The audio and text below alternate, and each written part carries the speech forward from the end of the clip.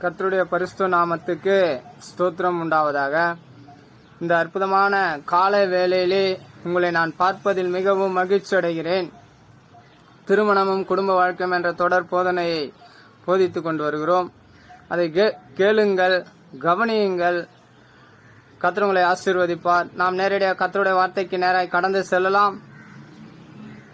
1 கொரிந்தியரின் புஸ்தகம் 7ஆம் அதிகாரம் 3வது வசனத்தை வாசிப்போம். புருஷன் தன் மனைவிக்கு செய்ய வேண்டிய கடமையை செய்ய கடவன், அப்படியே மனைவியும் தன் புருஷனுக்கு செய்ய கடவன். அப்ப பாருங்க, திருமணமும் குடும்ப வாழ்க்கையும் என்ற தொடர் போதனையை போதித்துக் கொண்டு வருகிறோம். எபேசியரின் புஸ்தகத்திலே அதை வாசித்து முடித்தோம். 32 வசனம் தொடர்ந்து வாசித்து முடித்தோம். வாசித்து முடித்த பிறகு கொரிந்தியரின் புஸ்தகத்திலே நாம் பார்க்கிறோம். இது ஒரு மிகப்பெரிய ஒரு அவசியமா இருக்கிறது. இன்றைய காலகட்டத்திலே திருமணமும் குடும்ப வாழ்க்கையும் எப்படி வாழ்கிறார்கள் என்பதை ஒரு கஷ்டமான வாழ்க்கையாய் தெரிகிறது. ஆனால் அது வேதாகம புஸ்தகத்திலிருந்து நாம் வசனங்களை வாசிக்கும் பொழுதோ அது ரொம்ப சுலபமா இருக்கிறது என்பதை சொல்லுகிறேன். ஆனா வசனத்தை வாசித்தால்தான் வாழ்க்கையிலே இந்த திருமணமும் குடும்ப வாழ்க்கையும் ஒரு சுலபமா இருக்கிறது என்பதை சொல்லுகிறேன். நம் வசனத்துக்கு நேராய் கடந்து செல்லலாம். அந்த வாசித்த வசனத்தை வாசிப்போம். 1 கொரிந்தியரின் புஸ்தகம் 7ஆம் அதிகாரம் 3வது வசனத்தை வாசிப்போம். புருஷன் தன் மனைவிக்கு செய்ய வேண்டிய கடமையை செய்ய கடவன், அப்படியே மனைவியும் தன் புருஷனுக்கு செய்ய கடவன். என்ன செய்யணும்? புருஷன் என்ன செய்யணும் மனைவிக்கு, மனைவி என்ன செய்ய வேண்டும் என்பதை நாம் புரிந்து கொள்ள வேண்டும். திருமணமானவர்கள்லாம் பாத்தீங்கன்னா திருமணமான உடனே ஹனிமூன் போவாங்க, வருவாங்க, ஒரு என்ஜாய் லைஃப் இருக்கும். ஒரு 6 மாசம் வரையும் அப்படியே கொஞ்சம் அந்த என்ஜாய் லைஃபா போயினே இருக்கும்.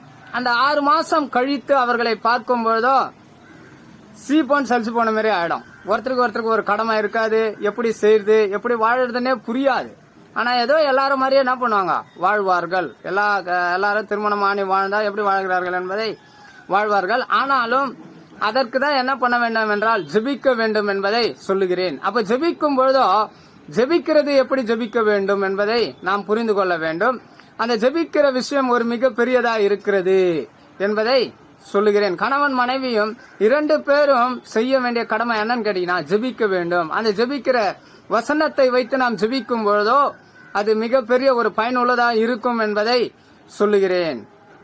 ஆதியாகம புஸ்தகம் 2ஆம் அதிகாரம் 23வது வசனத்தை வாசிப்போம். அப்பொழுது ஆதாம், இவள் என் எலும்பின் எலும்பும் என் மாம்சத்தில் மாம்சமாயிருக்கிறாள், இவள் மனுஷனிலிருந்து எடுக்கப்பட்டபடியால் மனுஷி எண்ணப்படுவாள் என்றார். பாருங்க, என்ன பண்ணவன் கேட்டீங்கன்னா, நாம ஜெபிக்கும் பொழுதோ ஜெபிக்கிறதுக்கு ஒரு வசனம் தேவைப்படுது. ஏதோ எல்லாரும் மாதிரியும் கிறிஸ்தவர்கள் மாதிரி ஜெபிக்கிறது கிடையாது. கணவன் என்ன பண்ண வேண்டும் என்றால் மனைவிக்காக ஜெபிக்க வேண்டும். மனைவி என்ன பண்ண வேண்டும் என்றால் புருஷனுக்காக ஜெபிக்க வேண்டும். இவர்கள் இருவரும் இந்த வசனத்தை வைத்து ஜெபிக்கும் பொழுதோ எப்படி தெரியுதுன்னு கேட்டீங்கன்னா, ஒரே எலும்பு, ஒரே மாமிசம், ஒரே எலும்பு, ஒரே மாமிசமா இருக்கிறாள் என்பதை அதிலிருந்து எடுக்கப்பட்டபடியால் மனுஷி எண்ணப்படுவாள். அப்ப பாருங்க, இருவரும் ஒருவராய் தான் தெரிகிறார்கள் என்பதை சொல்லுகிறேன். அப்ப பாருங்க, இப்பேற்பட்ட வாழ்க்கையிலே நம்ம வாழ்கிறதுக்கு மிகப்பெரிய கடினமா இருக்கிறது என்பதை சொல்லுகிறேன். பாருங்க, இந்த பிரச்சனைகள்லாம் நிறைய பேரால சமாளிக்க முடியாததான் என்ன பண்ணான்னு கேட்டீங்கன்னா வாழ்கிறதுக்கே ஒரு மிகப்பெரிய கஷ்டமா இருக்கிறது. இப்பேற்பட்ட வசனங்கள்லாம் நாம் எடுத்து வாசிக்கும் பொழுதோ, இப்பேற்பட்ட வசனங்களை நீங்கள் கேட்கும் பொழுதோ இது உங்களுடைய வாழ்க்கையிலே, குடும்ப வாழ்க்கையிலே ஒரு மிகப்பெரிய பயனுள்ளதா இருக்கும் என்பதை சொல்லுகிறேன். இதை கேளுங்கள், கவனியுங்கள், ஷேர் பண்ணுங்கள். கர்த்தர் உங்களை ஆசீர்வதிப்பார்.